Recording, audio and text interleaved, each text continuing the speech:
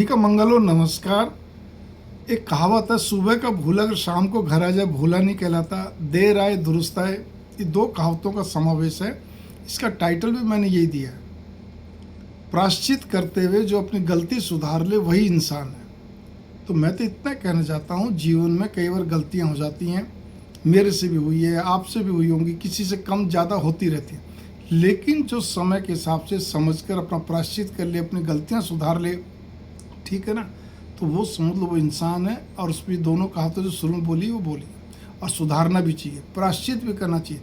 मैं तो यहाँ तक आता कि क्या कहते हैं, कुछ लोगों को तो मैंने लिख के भेजा, मतलब कुछ लोगों का मैंने वीडियो में भी डाल दिया ताकि सार्वजनिक हो जाए।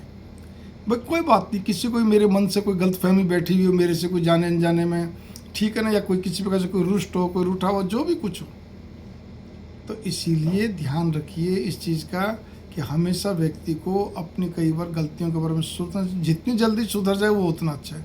प्रायश्चित जरूर करना चाहिए।